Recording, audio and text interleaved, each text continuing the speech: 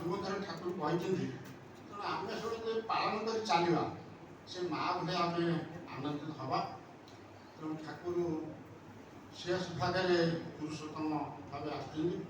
ତେଣୁ ଆମର ପୁରୁଷୋତ୍ତମଙ୍କ ଶରଣ ନେବା ବହୁ ଆଉ ଆଠୁ ଭଲ ଜିନିଷ କିଛି ନାହିଁ। ତେଣୁ ଆପଣମାନେ ସବୁ ବହୁ ଭାଗ୍ୟବାନ ଲୋକ ଏଠାରେ ଉପସ୍ଥିତ ହୋଇଛନ୍ତି। ତେଣୁ ଆମର ଗୋଟେ ଶାସ୍ତ୍ରରେ ଅଛି ଗୋପପୁରରେ ଯେତେ ଯେତେ ବିପତ୍ତି ପଡ଼ିଲା କୃଷ୍ଣ ଥିବା ସିନା ଜଣା ନ ପଡ଼େ। ଗୋପପୁରରେ ବହୁ ବିପତ୍ତି ପଡ଼ିଛି। କାହିଁ ବିପତ୍ତି ପଡ଼ିଲା ନା ସେ ଆଗରୁ ଇନ୍ଦ୍ରଙ୍କୁ ପୂଜା କରୁଥିଲେ। ଯେତେବେଳେ କୃଷ୍ଣ ଜନ୍ମ ହେଇ ପଡ଼ିଲେ 8 ବର୍ଷ କୃଷ୍ଣ ହେଇକି କହିଲେ ମୋତେ ପୂଜା କର। ସେଠୁ ଇନ୍ଦ୍ର ପୂଜା ଛାଡ଼ିଦେଲେ, କୃଷ୍ଣଙ୍କୁ ପୂଜା କଲେ। ଇନ୍ଦ୍ର ଭାରି ଖପା ହେଲା, ହେଲା ସବୁ ସଫା କରିଦେଲେ ଗୋପପୁରରେ, କିଛି ରଖିଲେ। ଇନ୍ଦ୍ର ଖାଇଦେଲେ 2-3ଟା ଖଣ୍ଡେ ପାୱାର ସେଇ ମେଘ ଘଡ଼ଘଡ଼ି ବିଜୁଳି ଆରମ୍ଭ କଲା ଏବଂ ଗୋପପୁର ଶେଷ କରିବାକୁ ସିଦ୍ଧାନ୍ତ ନେଲା। ଆଉ ସେ ଯେଉଁଦିନ ଏ କଥାଟା କରିବ ଗୋପପୁର ଧ୍ୱଂସ ହେଇଯିବ ସେ ତ କୃଷ୍ଣ ଏ କଥା ସବୁ ଜାଣନ୍ତି। ସେ ସେଇଦିନ କ'ଣ କଲେ ସେ ମେଘ ପବନ ଘଡ଼ଘଡ଼ି ସବୁ କରୁଛି, ଇନ୍ଦ୍ର ସବୁ କରୁଛି ଗୋପପୁର ସଫା କରିବ। କୃଷ୍ଣ ବାମ ହାତ କାଣି ଆଙ୍ଗୁଠିରେ ମନ୍ଦରଗିରି ପାହାଡ଼କୁ ସବୁ ଡାଇଭର୍ଟ କରିଦେଲେ। ଆମର ଯେଉଁ ଧାରଣା ଅଛି ଯେ କୃଷ୍ଣ ମନ୍ଦରଗିରି ପାହାଡ଼ ଟେକି ଯାଉଥିଲେ, କୃଷ୍ଣ ମନ୍ଦରଗିରି ପାହାଡ଼କୁ ଟେକି ଦେଲେ। ମନ୍ଦରଗିରି ପାହାଡ଼ 18 କିଲୋମିଟର ଲମ୍ବ, 2500 ଫୁଟ ଉଚ୍ଚ। କୃଷ୍ଣ ଏତେ ବଳଶାଳୀ ଥିଲେ, କାଣି ଆଙ୍ଗୁଠିରେ ଟେକି ସାରିଲେ। ସେ ପ୍ରଭୁଙ୍କର ଏଇ ପାୱାରଟା ଥାଏ। ସେ ବାମ ହାତ କାଣି ଆଙ୍ଗୁଠିରେ ନିର୍ଦ୍ଦେଶ କରିଦେଲେ ମନ୍ଦରଗିରି ପାହାଡ଼କୁ, ଯାହାକି ମନ୍ଦରଗିରି ପାହାଡ଼ ଉପରେ ସବୁ ମେଘ ବିଜୁଳି ଘଡ଼ଘଡ଼ି ସବୁ ହେଉଛି, ଗୋପପୁରରେ ଧୂଳି ଉଡ଼ୁଛି। ତେଣୁ କଥାରେ କହନ୍ତି ଯେ ଗୋପପୁରରେ ଯେତେ ଯେତେ ବିପତ୍ତି ପଡ଼ିଲା କୃଷ୍ଣ ଥିବାରୁ ସିନା ଜଣା ନ ପଡ଼େ। ତେଣୁ ମୁଁ ଆଜି ପୁରୁଷୋତ୍ତମଙ୍କୁ ଆପଣମାନଙ୍କୁ ଜଣେଇଦେବି। ବିଶେଷ ଭାବରେ ଅନ୍ୟ ଆଲୋଚନା କିଛି ରଖିବିନି। ଠାକୁରଙ୍କୁ ଆଜି ଆପଣଙ୍କ ସାଙ୍ଗରେ ଠାକୁରଙ୍କୁ ପରିଚିତ କରିଦେବେ। ଠାକୁର କ'ଣ? ଏଇଦିନ ଠାକୁର ବଙ୍ଗଳାରେ ବସିଛନ୍ତି, ଏଇଟା ପାବନା କଥା। ବଙ୍ଗଳାରେ ବସିଛନ୍ତି, ବସିଲା ଭିତରେ ଦିନକୁ ଦିନ ସତ୍ସଙ୍ଗ ବଢ଼ି ବଢ଼ିକା ଚାଲିଛି। କେଷ୍ଟପ୍ରସନ୍ନ ଭ୍ରାତାର୍ଥ ଠାକୁରଙ୍କୁ ପରା ସେ ହାତ ଭିଡ଼ି ନିବେଦନ କଲେ, କାରଣ ଠାକୁର ଆଉ ଗୋଟେ କାମ କରନ୍ତୁ। ସେ ଲୋକ ଦେଖିଲେ ତାଙ୍କୁ ଭାରି ଖୁସି ଲାଗେ। ସତ୍ସଙ୍ଗ ପ୍ରଚାର ପ୍ରସାର ହେଲେ କେଷ୍ଟ ତାଙ୍କୁ ବହୁ ଖୁସି ଲାଗେ। ଆଉ ଯଦି ବହୁ ଭାଗରେ ଲୋକ ସବୁ ଆଶ୍ରମକୁ ଆସୁଛନ୍ତି, ଆପଣ ଯଦି ପରମିଶନ ଦିଅନ୍ତେ ସେ ଯେଉଁ ଦିନେ 2 ଦିନ 4 ଦିନ ଆଶ୍ରମରେ ରହୁଛନ୍ତି, ଆପଣଙ୍କ ବିଷୟରେ, ଗୁରୁ ଭାଇଙ୍କ ବିଷୟରେ, ଆଶ୍ରମ ବିଷୟରେ କ'ଣ ତାଙ୍କର ସବୁ ଅଭିଜ୍ଞତା ହେଉଛି ସେ ଲେଖି ଦିଅନ୍ତି। ନା ହଁ ସେଇଆ କରୁନା କହିଲେ ସବୁ କାଗଜ ଦିସ୍ତାରେ ଆସିଲା, ଖାତା ହେଲା। କେଷ୍ଟ ଯାଇ କହୁଛନ୍ତି ଠାକୁର ଏ ଖାତା ନାଁଟା କ'ଣ ଦେବା? ଠାକୁର କହିଲେ ତା ନାଁ ଦେଇଦିଅ ଭିଜିଟ୍ ବୁକ୍। ତା ନାଁ ଭିଜିଟ୍ ବୁକ୍ ଦିଆହେଲା। ଆଉ ଯେତେ ଲୋକ ଆସନ୍ତି ଆଶ୍ରମରେ ରହନ୍ତି, ସେ ଯେଉଁ ଦିନେ 2 ଦିନ ରହନ୍ତି ଆଉ ବଦନାମୀ କେମିତି ଦେଖିବେନି, ଖାଇଛନ୍ତି ପିଇଛନ୍ତି, 5 ହାତ ତଳେ ଏପଟେ ଗାଲେଇ ଦେଇ ଯାଆନ୍ତି।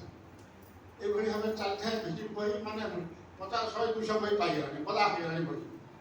କିନ୍ତୁ ଜଣେ ଭକ୍ତ ଦାସ ବୋଲି ଜଣେ ଭକ୍ତ, ଠାକୁରଙ୍କର ପରମ ଭକ୍ତ, ଆଉ ସେ ବହୁ ଜ୍ଞାନୀ ଗୁଣୀର ଅଧିକାରୀ ଏବଂ ବହୁ ଦେଶ ବିଦେଶ ସେ ବୁଲିଛି। ଏବଂ ସବୁବେଳେ ତାଙ୍କର ଉଦ୍ଦେଶ୍ୟ ମୁଁ ପ୍ରଭୁଙ୍କୁ କେମିତି ପାଇବି। ବହୁ ମଠ ମନ୍ଦିର ଗିର୍ଜା ଏସବୁ ଧର୍ମସ୍ଥାନ ବୁଲିଛି, କେଉଁଠି ତାଙ୍କ ମନ ମାନିବି, କେଉଁଠି ଭଗବାନ ଅଛନ୍ତି ସେ ପାଇବି। ଏଇଭଳି ଭାବରେ ଦିନେ ସତ୍ସଙ୍ଗର କଥା ଶୁଣିଲା। ସେ ଭଗବାନଙ୍କ ଅନ୍ୱେଷଣରେ ଯାଏ, ପୁଣି ତାଙ୍କ ଘରକୁ ଯାଆନ୍ତି, ତାଙ୍କ ସଂସାର ବି ଅଛି। ସେଠୁ ଦିନେ ଏମିତି ସତ୍ସଙ୍ଗର କଥା ଶୁଣିଲା, ଆଚ୍ଛା ମୁଁ ତ ସବୁ ପାଇଲାଣି, ଭଗବାନଙ୍କୁ କେଉଁଠି ପାଇପାରିଲିନି। ତେଣୁ ସେ ସତ୍ସଙ୍ଗ କଥା କେଉଁଠିକି ଯିବା। ସତ୍ସଙ୍ଗକୁ ଆସିଛି। ଆସିଲା ଭିତରେ ଠାକୁର ବଙ୍ଗଳାରେ ବସିଛନ୍ତି, ବହୁ ଭକ୍ତଜନ ସବୁ ଆପଣମାନେ ଗଳି ବସିଛନ୍ତି। ବସିଲା ଭିତରେ ସେ ଆଉ ଆଗକୁ କ'ଣ ଯିବ, ଆଗକୁ ଯିବା ବାଟ ବି ପାଇଲେନି, କେତେ ଲୋକ ବସିଛନ୍ତି। ଏବଂ ସଭା ପଛରେ ରହିକି ପ୍ରଣାମ କଲା ଠାକୁର। ମୁଁ ପ୍ରଣାମ କରିଛି 10 ମିନିଟ୍ ହେଇଗଲାଣି, ତା ମୁଣ୍ଡଟା ଉଠଉ। ଠାକୁର ଅନ୍ତର୍ଯାମୀ ଜାଣନ୍ତି। ଠାକୁର ତାଙ୍କ ପାଖକୁ ଚାଲିଗଲେ, କହିଲେ ହୋ ଭକ୍ତଦା ଏ ସ୍ଫଟିଂ ଜଏଣ୍ଟ। କହିଲେ ମୋ ନାଁଟା କେମିତି ଜାଣିଲେ? କହିଲେ ଆପଣ କ'ଣ ସେମିତି ପ୍ରଣାମୀ କରିଥିବେ? ଉଠିଲେ ଲୁହ ଛଳ ଛଳା। ଠାକୁର ଡାକିଲେ, କହିଲେ ମୋ ପାଖରେ ଆସ ବସ। ଡାକିକି ନେଲେ। କେଷ୍ଟଦା କହୁଛନ୍ତି, ଠାକୁର କହୁଛନ୍ତି କେଷ୍ଟଦା ଏ ଲୋକ ଆଜି 4 ଦିନ ହେଲା ଖାଇନି। ସେ ଭଗବାନ କେଉଁଠି ଅଛନ୍ତି ତାଙ୍କରି ଅନ୍ୱେଷଣରେ ସେ ବୁଲୁଛୁ। ଆପଣ ଗୋଟେ କାମ କରନ୍ତୁ, ଏବେ ତ ଆନନ୍ଦ ବଜାର ପ୍ରସ୍ତୁତି କିଛି ନଥିବ, ସରିଯାଇଥିବ, ବଡ଼ ମାଙ୍କ ପାଖରେ ତାଙ୍କୁ ନେଇକରି ମିଷ୍ଟି ଭୋଜନ ସବୁ କରେଇଦେବେ। ତାଙ୍କ ଆଖିରୁ ଆହୁରି ଠକ୍ ଠକ୍ ଲୁହ ଗଡ଼ି ପଡ଼ିଲା। ହେଲେ ଇଏ କେମିତି ଜାଣିଲେ ମୁଁ 3 ଦିନ ହେଲା ଖାଇନି? ସେଠୁ ତାପରେ ଠାକୁର କହୁଛନ୍ତି କେଷ୍ଟଦାଙ୍କୁ, କେଷ୍ଟଦା ଆପଣ ଗୋଟେ କାମ କରିବେ, ମୁଁ ଯେଉଁ ଘରେ ଶୁଏ ସେତେବେଳେ ଚାଳ ଘର ସବୁ ଥିଲା, ସେ ଚାଳ ଘର ପରେ ଗୋଟେ ବଖରା ଫାଙ୍କା ଅଛି। ଏ ଭକ୍ତ ଦାସକୁ ସେଇଠି ନେଇ ରଖିବେ ମୋ ସାଙ୍ଗରେ। ଆପଣ 8:30ରୁ 9:30 ଭିତରେ ଘଣ୍ଟା ତାଙ୍କ ସାଙ୍ଗେ ମୋତେ କଥାବାର୍ତ୍ତା କରିବେ। ଏମିତି ନିର୍ଦ୍ଦେଶ ଠାକୁର କାହାକୁ ଦେଇନଥିଲେ। এই 9:30 8:30 9:30 ଭିତରେ ଠାକୁରଙ୍କ କଳ୍ପନା କରନ୍ତି। 3 ଦିନ ସେ ରହିଛନ୍ତି। ରହିଲା ଭିତରେ କ'ଣ ଠାକୁରଙ୍କ ସାଙ୍ଗରେ ଆଳ କଳ୍ପନା କରନ୍ତି, ଠାକୁର ତାଙ୍କୁ କ'ଣ କହନ୍ତି, ସେ ଠାକୁରଙ୍କୁ କ'ଣ କହନ୍ତି, ସେ ଠାକୁର ଜାଣନ୍ତି, ସେ ଜାଣନ୍ତି। ତୃତୀୟ ଦିନ ଠାକୁରଙ୍କୁ କହିଲେ ଠାକୁର ମୁଁ ଟିକେ ଘରକୁ ଯିବି, ମୁଁ ଯେହେତୁ ବହୁ ଭାବରେ ଏଠି ବୁଲୁଛି, ପିଲା ଛୁଆଙ୍କୁ ଦେଖିନି, ମୁଁ ଟିକେ ଘରକୁ ଯିବି, ମୋତେ ପରମିଶନ ଦେଲେ। ଦେଖିଦେଲେ ଯେ ଠାକୁର ଭଗବାନ, ମୋ ପେଟର କଥା ଜାଣିଲେ, ମୋ ନାଁଟା କହିଦେଲେ, ତେଣୁ ଜାଣିଲେ ଠାକୁର ଭଗବାନ। ହଉ ଯିବ ଆଉ। ସେ 3 ଦିନ ରହିଛନ୍ତି। 4 ଦିନ ଯେତେବେଳେ ସକାଳୁ ବାହାରିଲେ, ଇଏ ନେଇକିରି ଭିଜିଟ୍ ବହିଟା ତାଙ୍କୁ ଦେଲେ। କିଏ କେଷ୍ଟଦା ଆଜ୍ଞା ଆପଣ 3 ଦିନ ଆସିଲେ ରହିଲେ, ଠାକୁରଙ୍କ ସାଙ୍ଗରେ ଆଳ କଳ୍ପନା କଲେ, ଠାକୁରଙ୍କ ବିଷୟରେ କ'ଣ ଜାଣିଲେ, ଗୁରୁ ଭାଇଙ୍କ ବିଷୟରେ କ'ଣ ଜାଣିଲେ, ଆପଣଙ୍କ ବିଷୟରେ କ'ଣ ଜାଣିଲେ, ଭିଜିଟ୍ ବହି ଲେଖିଦେଲେ। ସେ ସବୁ ଗୋଟାଏ ଧାଡ଼ି ଲେଖିଦେଲା, ଗୋଟାଏ ଧାଡ଼ି ସେ ଲେଖିଲା, ଶ୍ରୀ ଠାକୁର ହାଇଏଷ୍ଟ ପୁରୁଷୋତ୍ତମ ମାନଙ୍କର ପୁରୁଷୋତ୍ତମ, normal man and scripture of the world. ଗୋଟେ ଇଂଲିଶ କେଷ୍ଟତା କେଡ଼େ ବଡ଼ ଜ୍ଞାନୀ ଲୋକ, ସେ ଧାଡ଼ିଟାକୁ ପଢ଼ିଦେଲେ, ବୁଝିବି କିଛି ପାରିଲେ, ନେଇକିରି ଭିଜିଟ୍ ବହିଟା ରଖିଦେଲେ। ଠାକୁର ଅନ୍ତର୍ଯାମୀ ସବୁ ଜାଣନ୍ତି। ସନ୍ଧ୍ୟାବେଳେ ଠାକୁର ଡାକିଲେ କେଷ୍ଟଦା ଭିଜିଟ୍ ବହିଟା ଆଣିଲା, ଆଉ କିଏ କିଛି ଲେଖିନା? ଆଜ୍ଞା ଆଉ କିଛି ଲେଖିନାହାନ୍ତି, ସେ ଯେଉଁ ବାଜେଟଟା ନଥିଲା, ଜ୍ଞାନ କିଛି ନାହିଁ, ଗୋଟାଏ ଧାଡ଼ି ହେଇଯାଇଛି। ନା ଆମର ସେଇ ଧାଡ଼ିଟା ପଢ଼ିବା ନା, ଆଜ୍ଞା କ'ଣ ତା ଦେହରେ ପାଇବେ? ଗୋଟେ ଧାଡ଼ିଟା ପଢ଼ା ହେଲା, ଆମ ଠାକୁର ଆନନ୍ଦରେ ଗଦଗଦ ହେଇଗଲେ। ସେ ଲେଖିଛନ୍ତି ଶ୍ରୀ ଠାକୁର ହାଇଏଷ୍ଟ ପୁରୁଷୋତ୍ତମ, ଆଉ ପୁରୁଷୋତ୍ତମ ମାନଙ୍କର ପୁରୁଷୋତ୍ତମ। ଯେତେ ପୁରୁଷୋତ୍ତମ ଆସିଛନ୍ତି ସେମାନେ ଠାକୁର ଅନୁକୂଳ ଚନ୍ଦ୍ର ନୁହନ୍ତି। ଆଉ ଠାକୁର ଅନୁକୂଳ ଚନ୍ଦ୍ରଙ୍କ ଭିତରେ ସବୁ ପୁରୁଷୋତ୍ତମ ରହିଛି। ନାରାୟଣ ରାମକୃଷ୍ଣ ବୁଦ୍ଧ ଯୀଶୁ ମହମ୍ମଦ ଶ୍ରୀ ଚୈତନ୍ୟ ରାମକୃଷ୍ଣ ପରମହଂସ। ଯେମିତି ଏବେ ମୋଦି ପ୍ରଧାନମନ୍ତ୍ରୀ ଅଛନ୍ତି, ମୋଦିଙ୍କ ପୂର୍ବରୁ ବହୁ ପ୍ରଧାନମନ୍ତ୍ରୀ ଯାଇଛନ୍ତି, ଏବେ ଯେତେ ଯାଇଛନ୍ତି ସମସ୍ତଙ୍କ ପ୍ରଧାନମନ୍ତ୍ରୀ ନାମ ମୋଦି। ତେଣୁ ଠାକୁର ହେଉଛନ୍ତି ପୁରୁଷୋତ୍ତମ ମାନଙ୍କର ପୁରୁଷୋତ୍ତମ, ହାଇଏଷ୍ଟ ପୁରୁଷୋତ୍ତମ ସେ ଲେଖିଦେଲେ। ଆଉ ଲେଖିଦେଲେ ନର୍ମାଲ ମ୍ୟାନ୍। ନର୍ମାଲ ମାନେ ସାଧାରଣ ଲୋକ। ଆମ ଗୋଟେ ଗାଈ କିଣୁଛୁ, ସେଟା ହୁରୁମାଟା କ୍ଷୀର ଦେଉ, ସେ ନାତ ମାରୁଛି। ଆଉ ଗୋଟେ ଗାଈ ଭଲ କ୍ଷୀର ଦେଉଛନ୍ତି, ଶାନ୍ତ ଗାଈ। ତେଣୁ ଠାକୁର ହେଉଛନ୍ତି ଶାନ୍ତ ଲୋକ, ନର୍ମାଲ ମ୍ୟାନ୍। ଠାକୁରଙ୍କ ଠାରେ କୌଣସି କଡ଼ାକଡ଼ ଜିନିଷ କିଛି ନଥିଲା, ଅସାଧାରଣ ବ୍ୟକ୍ତି ନୁହନ୍ତି। ଆମେ ପ୍ରତ୍ୟେକ ଅସାଧାରଣ ବ୍ୟକ୍ତି, ଆମଠାରେ କିଛି ଗୋଟେ ଖରାପ ଗୁଣ ରହିଛି। ତେଣୁ ଠାକୁର ହେଉଛନ୍ତି ନର୍ମାଲ ମ୍ୟାନ୍। ତେଣୁ ଠାକୁର ଚାହିଁକିରି ସତ୍ସଙ୍ଗ ଆସିକିରି ସମସ୍ତେ ନର୍ମାଲ ମ୍ୟାନ୍ ହେବା। ଆଉ ଗୋଟେ ଲେଖିଛନ୍ତି scripture of the world. Scripture of the world କ'ଣ ନା, ସକାପ୍ଚରଟା ଗାଡ଼ିରେ ଲାଗେ, ଠାକୁର ଏଠି ଗାଡ଼ି ସକାପ୍ଚର ନୁହନ୍ତି। ତେଣୁ ସକ୍ ମାନେ ହେଉଛି ଆଘାତ, ଅବଜର୍ଭ ହେଉଛି ପାଳନ କରିବା। ମଣିଷ ପ୍ରତି ଯେଉଁ ବିପଦ ଆସୁଛି ତାକୁ କିଭଳି ଭାବରେ ପାଳନ କରିବା ଠାକୁର ତା କୌଶଳ ଦେବେ। ତେଣୁ ସତ୍ସଙ୍ଗ ସବୁ କୌଶଳ ବାଟ। ଏ ସତ୍ସଙ୍ଗ ଆସିଲେ ଯେ କୌଶଳ ଜିନିଷ ନ ଶିଖେ କିଛି କରିବ। ଆଉ ଯେଉଁ ଦିବ୍ୟବାକ୍ୟଟା ଚାଲିଛି କେବଳ କୌଶଳ ଜାଣିନାହାନ୍ତି। ତେଣୁ ଠାକୁର ଏ ଯେଉଁ କହିଲେ ସକପ୍ଚର କିଭଳି ଭାବରେ ପାଳନ କରିବା, ସେଥିପାଇଁ ଠାକୁର କହୁଛନ୍ତି ଯେ ବିପଦ ନିରାକରଣ ପ୍ରସ୍ତୁତି ଯାହାର ଯେତେ ସୁଷ୍ଠୁ ସୁନ୍ଦର ଚଳନି ତାହା ସତ। ସବୁବେଳେ ସତ୍ସଙ୍ଗ ଆସି ବିପଦକୁ ନିରାକରଣ କରିବେ। ରୋଗ ଆପଣଙ୍କୁ ହେଲା, ଆପଣ ସମସ୍ତଙ୍କୁ କ'ଣ ରୋଗ ହେଉଛି? ରୋଗଟା କାହିଁକି ହେଲା ନା, ରୋଗୀକି ଇଂଲିଶରେ କହନ୍ତି ପେସେଣ୍ଟ। ଠାକୁର କହୁଛନ୍ତି ମଣିଷ ପେସେଣ୍ଟ ଛଡ଼ା ହେଲେ ପେସେଣ୍ଟ ପାଇଁ।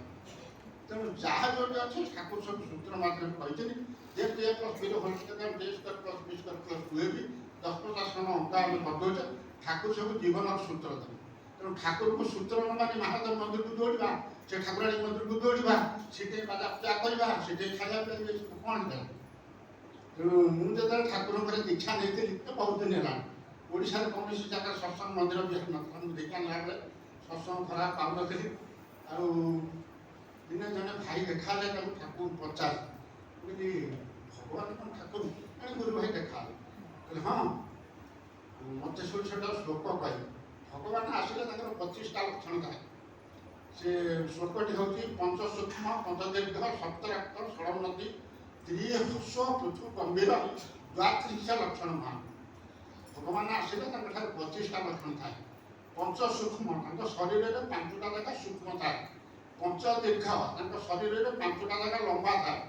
ସପ୍ତରକ୍ତ 7ଟା ଜାଗା ତାଙ୍କ ଶରୀରରେ ରକ୍ତବର୍ଣ୍ଣ ଦେଖାଯାଏ। ଆଉ କ'ଣ ନା ତ୍ରିହସ୍ଵ ପୃଥୁ ଗଭୀର, 3ଟା ଜାଗା ହସ୍ଵ ମାନେ ଛୋଟିଆ, ପୃଥୁ ମାନେ ଗୋଲାକାର, ଗଭୀର ମାନେ ଖାଲି। ଏଇ 25ଟା ଲକ୍ଷଣ ଯୋଉଠି ଯାହାର ଥବ ସେ ଭଗବାନ। ମନୁଷ୍ୟ ଗୀତାରେ ଏଇଟା ଅଛି। ମୁଁ ଆଉ ଜଣେ ଦାଦା ଠାକୁରଙ୍କ ସାଙ୍ଗରେ 10 ବର୍ଷ ସଙ୍ଗ କରିଛି, ତାଙ୍କୁ ये लक्षण सब ठाकुर देखा हाँ एवं जब मनु था 32 मिनट 32 96 लक्षण देखा लक्षण ठाकुर पचार दादा मत आ लक्षण कहले ये लक्षण को छाड़ी मत से कहले ठाकुर जो बसी थे प्रणामी चली ठाकुर पात्र हेना मली जुआ चंदन सब बासना आसुथ ठाकुर स्तन जो क्षीर सब स्रवी जाऊ महुमासी प्रजापति सब आनंद सब बुझे ये बहुत कथा सब कहे ठाकुर हूँ ये श्रेष्ठ पुरुषोत्तम आतटा लक्षण मन पड़े जी कहे तेणु से जो आसती पुरुषोत्तम लक्षण सब समान सब पुरुषोत्तम लक्षण गोटाए सी जो आसती जन्म जड़े जन्म कर जड़े लालन पालन कर निज जन्मित माँ पाखे लालन पालन हमें कहीं माँ पर झाड़ा पड़ो वर्षा पड़ो गोड़ बाज तेणु रामचंद्र को जन्म कले औषध्या बाड़ी मंथरा कृष्ण को जन्म कले देवकी बाड़ी यशोवती ठाकुर को जन्म कले माता मनमोहिनी बाड़ी पीसी माँ गुरु प्रसाद ये गोटा लक्षण मिलूँ आ सी जो आसती गोटा जगह जन्म हमें गोटा जगह लीलास लगनी जन्म जगह लीलास लगे कहीं जापर आम आम जन्म आम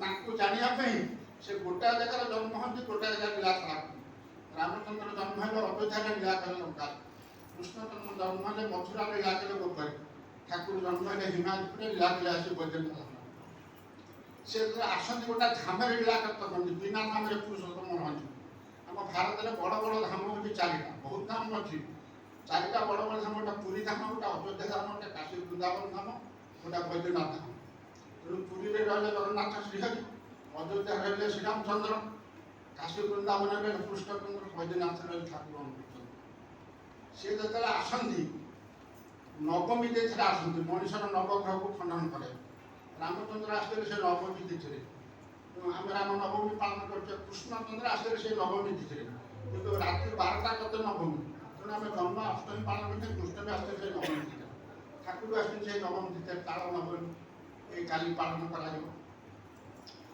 आसते गोटे गछ प्रिय था से गछ मूले बसिक बहु तत्वर कथा जो भक्त मान कह रामचंद्र प्रिय गछ था अश्वस्थ गछ से गछ मूले बस भक्त मान गहण बहु जीवन बंचिया बढ़िया कथा सब कहते कृष्णचंद्र था कदम गछ ठाकुर था बाबला गछ बाबला गछ मूल बस भक्त मान गहण बहु कथा आसती गोटे नदी तर प्रिय था रामचंद्र प्रिय ना सरजनी कृष्णकर प्रिय नदी था यमुना नदी ठाकुर प्रिय नदी था पद्मा नदी तेणु से नदी कूल बसिक बहु आध्यात्मिक चेतना सब लोक मान दिए कि बहु भाग मुझे 100 खंडे कही तेणु सत्संग समय समित निश्चित समय सारे हम तेणु परम प्रेम श्री ठाकुर 1888 मसीहा सेप्टेम्बर 14 तारीख तिथि हिमायतपुर पाटना जिला गुआखड़ा गाँव सकाल 7टा 5 मिनिटे पिता शिवचंद्र चक्रवर्ती माता मनमोहन देवी का बड़मंडन कर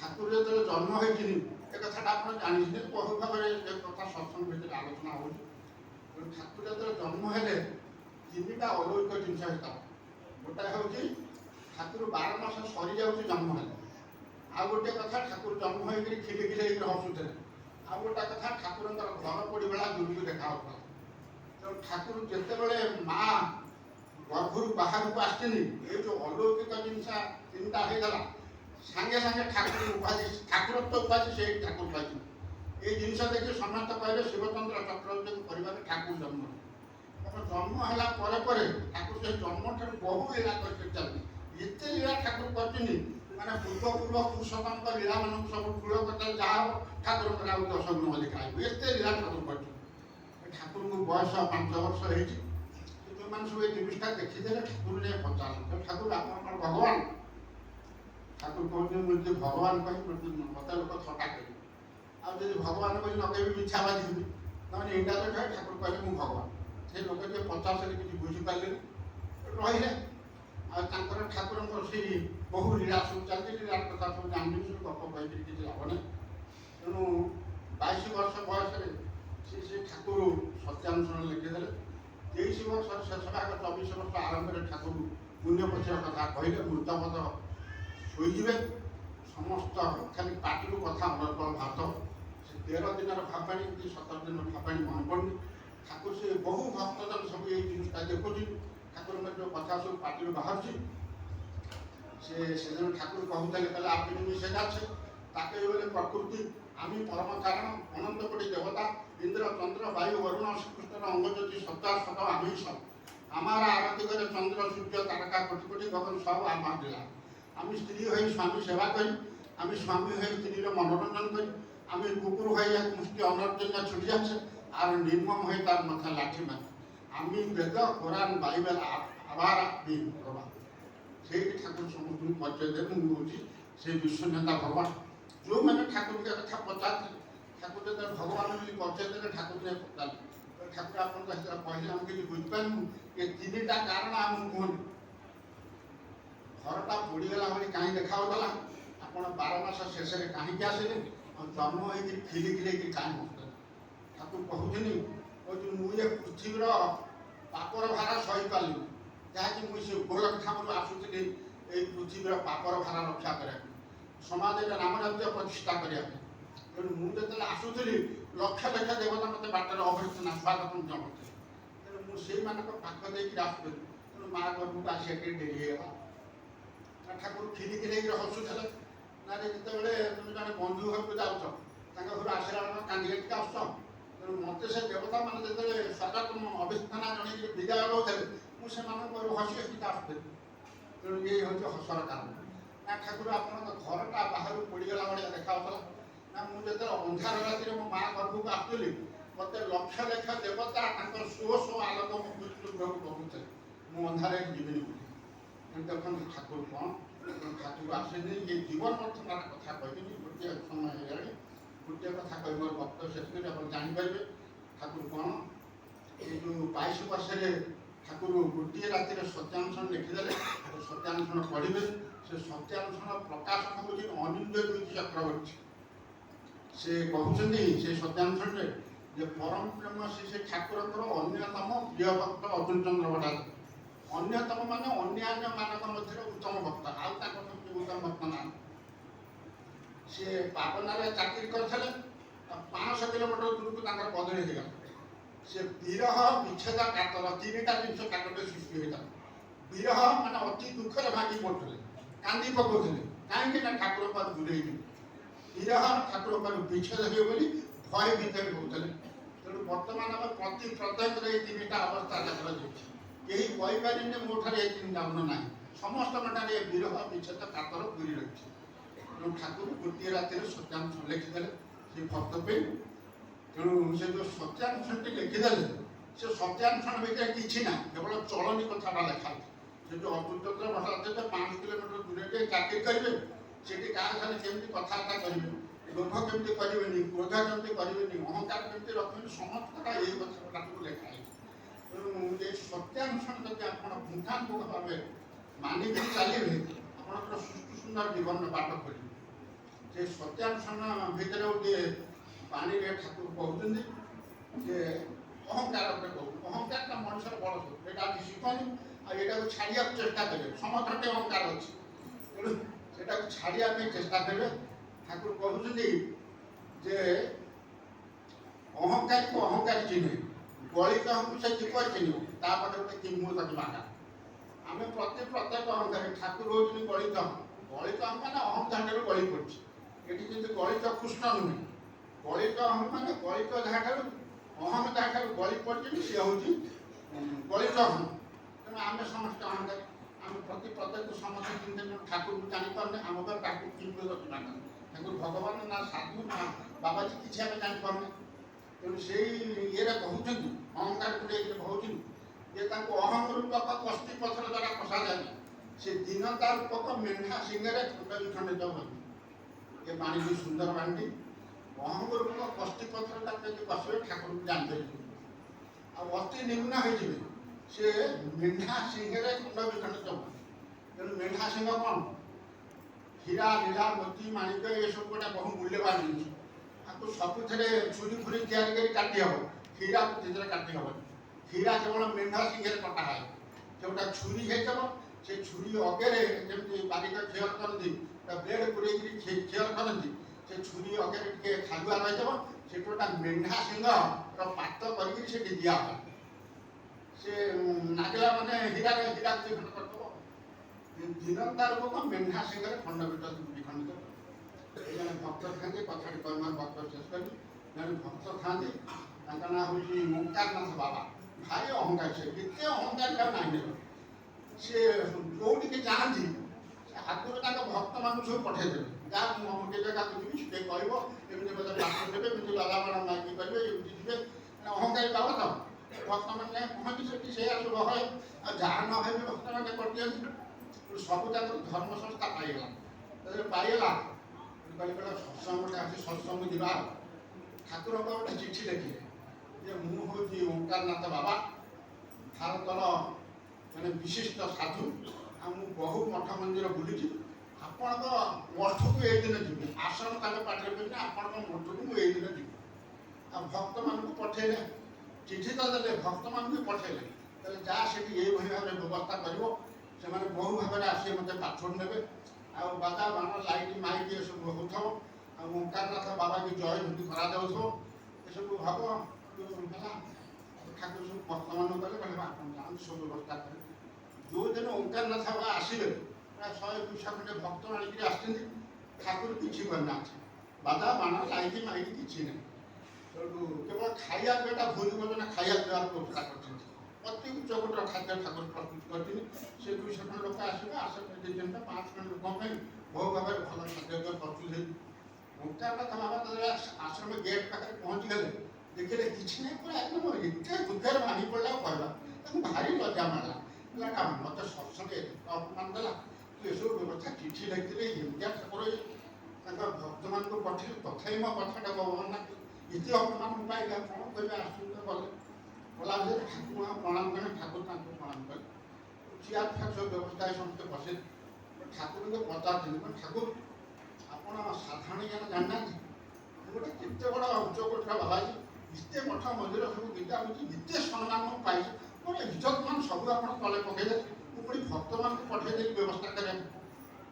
ନା ଆପଣ ଗୋଟେ କଥା କହିବି, ଆପଣଙ୍କର ପୁଅ ସଦୃଶ। ପୁଅ ମୋର ଆମେରିକାରେ ଅଛି କି ଲଣ୍ଡନରେ ଅଛି କି ଫ୍ରାନ୍ସରେ ଅଛି। ପୁଅ ଘରକୁ ଖବର ଦେଲା ଅମୁକ ଦିନ ଆସିବେ।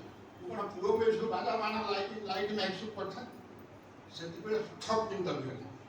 ବୁଝ କଥା ତ ମୋତେ ପୁଅ ଯୋଉଠି ସମ୍ବୋଧନ କରିଦେଲି, ଏଠି ବାଜା ବାଣ ମାଇକ୍ରେ କ'ଣ ଦରକାର? ଅତି ଉଚ୍ଚ କୋଟିର ସବୁ ଖାଦ୍ୟ ଉପରେ ବ୍ୟବସ୍ଥା ସବୁ ହେଇଛି, ଖାଇକିରି ବହୁତ ଆନନ୍ଦ ହେଇଗଲେ। ସେଇଠି ତାଙ୍କର ଧାରଣା ଆସିଲା, ନାଇଁ ଇଏ ସାଧୁ ସାଧାରଣ ଲୋକ ମୁଁ ବିନା ନିମନ୍ତ୍ରଣ ଆପଣ ଆସିବି।